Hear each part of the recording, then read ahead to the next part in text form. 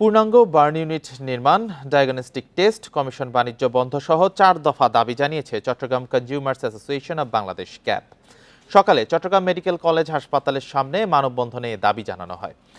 বক্তারা বলেন, বাণিজ্যিক রাজধানী হলেও চট্টগ্রাম বিভাগে দীর্ঘ সময়েও গড়ে ওঠেনি পূর্ণাঙ্গ বার্ন ইউনিট। এতে সেবা থেকে বঞ্চিত হচ্ছে শিল্প কারখানা শ্রমিক সহ সাধারণ মানুষ। চীন সরকারের অনুদানে কাজ শুরু হলেও দীর্ঘ সূত্রতায় এখনো দৃশ্যমান নয় কাজ। দ্রুত প্রকল্পের কাজ শেষ করার দাবি জানান তারা। এছাড়া হাসপাতাল কেন্দ্রিক কমিশন ও টেস্ট বাণিজ্য বন্ধেরও দাবি জানান বক্তারা।